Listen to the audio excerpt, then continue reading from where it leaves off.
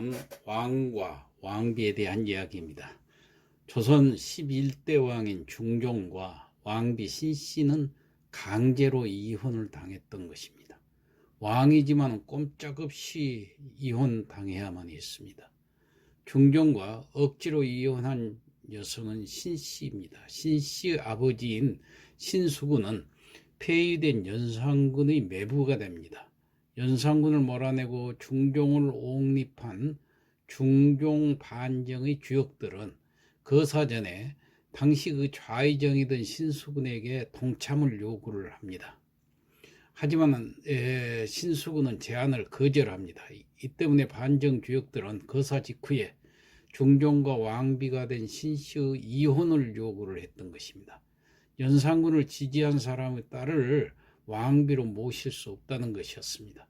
그래서 왕비 신씨는 왕후에 책봉된 지 7일 만에 남편과 헤어져야만 했습니다. 그가 바로 단경왕후로 추정된 것은 먼 훗날인 1739년의 일입니다. 강제로 이혼당한 신씨는 남편과 소통할 길이 전혀 없었습니다. 반정 주역들의 세상이 됐기 때문에 그들의 미움을 산 신씨는 마음대로 움직일 수가 없었던 것입니다. 그래서 신씨는 남편이 자기를 잊어버릴까 봐 노심초사했습니다. 그래서 생겨난 것이 서울 인왕산 동편의 치마바위 이야기입니다. 인왕산은 경복궁 광화문의 그 왼쪽에 있는 산이죠. 이 산에는 꽤 넓은 그 바위가 있습니다. 신씨는 그 바위에 자기의 치마를 널어놓게 됩니다. 남편에게 자기의 존재를 알리기 위해서였습니다.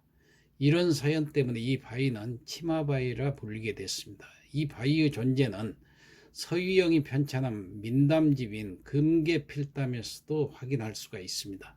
흥미로운 것은 이 바위가 불세출의 개혁가인 조광조의 등장에 영향을 준다는 점입니다. 자, 이야기를 계속하겠습니다. 중종도 신씨와의 이혼이 서러웠을 것입니다. 서슬퍼런 반정 주역들에 둘러싸여 왕이 되고 또 이혼까지 당했으니 그들에 대한 분노도 적지 않았을 것입니다. 또 인왕산 치마바위를 볼 때마다 마음이 편치 않았을 것입니다. 세상 사람들이 저 바위를 보면서 자기를 흉보진 않을까 하고 걱정도 했을 것입니다. 하지만 중종은 그냥 마음뿐이었습니다. 그는 용감한 남편이 되려고 하질 않았습니다. 신씨와 재결합할 기회가 있었는데도 그는 그렇게 하지 않았던 것입니다. 그 기회는 이혼으로부터 9년 뒤에 찾아왔습니다. 신씨와 이혼한 이듬해 중종은 장경왕후 윤씨, 그러니까 제12대 인종 어머니가 되죠. 이 윤씨와 혼인을 했습니다. 그런데 중종 반정 9년 뒤인 중종 10년 3월 2일에 장경왕후가 사망을 하니까 개혁파 선비그룹인 살인파 쪽에서 신씨 복귀운동을 벌였던 것입니다. 구세력인 반정 주역들에게 불만을 품은 이 살인파는 구세력이 쫓아낸 신씨를 복귀시킴으로써 그들에게 타격을 입히고자 했던 것입니다. 살인파가 신씨를 잊지 않고 지지한 데는 인왕산 치마바위도 한몫했다고 봐야겠습니다. 신씨 복귀 운동의 총대를 맨 사람들은 전라도 담양 부사 박상 그리고 순창 군수 김정이었습니다. 이들은 중종과 신씨의 재결합을 촉구하는 상소문을 올렸습니다. 자기들의 상소가 왕의 마음을 움직일 거로 예측했었죠. 반정 주역들은 처음에는 별다른 반응을 보이지 않았습니다. 중종이 아무리 전체를 그리워한다 할지라도 재결합을 시도하지는 않을 거라고 판단한 것입니다. 신씨와 재결합하는 것은 바로 반정의 정당성을 부정하는 것이 되므로 이 반정 덕분에 왕이 된 그 중종이 그런 행위를 할 이유가 없다고 본 것입니다. 이 반정 주역들이 사람을 제대로 보긴 본 것입니다. 그런데 이 구세력 내의 강경파가 실수를 범했습니다.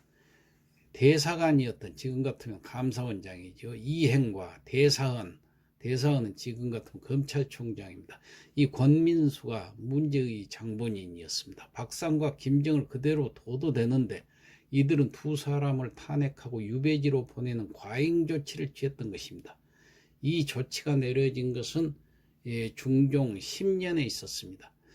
이것은 얼마 안 가서 화근의 씨앗이 되고 맙니다. 유배 조치가 내려지기 이틀 전인 중종 10년 8월 22일에 34세의 나이로 과거 시험에 합격한 청년이 있었는데 이 청년이 바로 유배 조치에 분노를 품었습니다. 임금 부부의 재결합을 촉구하는 상소를 올렸다고 귀양까지 보내는 것은 불합리하다고 판단을 한 것입니다. 이런 상태에서 이 청년은 2개월 뒤인 중종 10년 11월 20일에 사관한 종 6품 벼슬인 정은에 임명됐습니다. 이 정은이라는 것은 말 그대로 바를 정자니까 바른 말을 해야 하는 자리였습니다. 이 청년은 이틀 뒤인 11월 22일부터 진짜로 바른 말을 하기 시작합니다. 유배 조치를 성토하고 나선 것입니다. 그가 바로 16세기가 나온 걸출한 개혁가인 조광조였던 것입니다. 자, 살인파 일원인 이 조광조는 정당한 언론을 막는 그 사헌부와 사관원 전체를 해임해달라는 상소를 올렸습니다. 사관원에 들어간 지 이틀밖에 안 되는 신참 관료가 사관원은 물론이고 사헌부 전체까지 그 교체를 요구한 것입니다. 이건 너무나 황당하고 당돌한 요구였죠. 더 놀라운 것은 중종이 그 상소를 수용했다는 점입니다. 중종은 조광조를 제외한 사관원 사헌부 관료들을 전부 다 해임해버렸던 것입니다. 청년 조광조가 전국의 핵심으로 부각되는 순간입니다. 조광조의 개혁파 정권은 이렇게 중종의 신임 속에서 출범했습니다. 인왕산 치마바에 영향받은 살인파 관료들이 신씨 복귀운동을 벌이고 그에 대해 보수파가 역공을 펴는 상황에서 조광조 정권은 등장을 했던 것입니다. 앞에서 인왕산 치마바위가 조광조의 등장에 영향을 주었다고 말한 것은 바로 이 때문에 이 얘기가 된 것입니다. 자, 구세력이 포진한 사관원 사헌부 관료들을 해임하고 젊은 살인파인 조광조에게 힘을 실어준 사실에서 나타나듯이 당시의 중종은 즉위 당시와 달리 비교적 강력해졌습니다. 구세력에 타격을 입힐 수 있을 만큼의 권력을 보유하고 있었던 것입니다. 그런데도 중종은 신씨와의 재결합을 추진하지는 않았습니다. 장경왕후가 죽고 2년 뒤에 그는 장경왕후의 칠천 조카인 문정왕후 윤씨와 재혼을 했습니다. 반정의 정당성이 훼손될까봐 신씨와는 절대로 재결합하지 않았던 것입니다. 그가 조광조의 그 요구를 수용한 것은 그 김에 반정 주역들의 힘을 약화시키기 위해서였지 신씨를 다시 맞아들이기 위한 것은 아니었어요. 결국 조광조도 그에게 이용을 당한 셈이 되죠. 자, 결국 중종은 좋은 남편보다는 강한 임금이 되는 편을 선택했다는 점입니다. 그에게는 인왕산 치마바위보다도 왕궁의 보좌가 훨씬 더 중요했기에 왕권을 강화하기 위해서 끝내 반정의 명분을 세우면서 재결합을 반대했던 것입니다.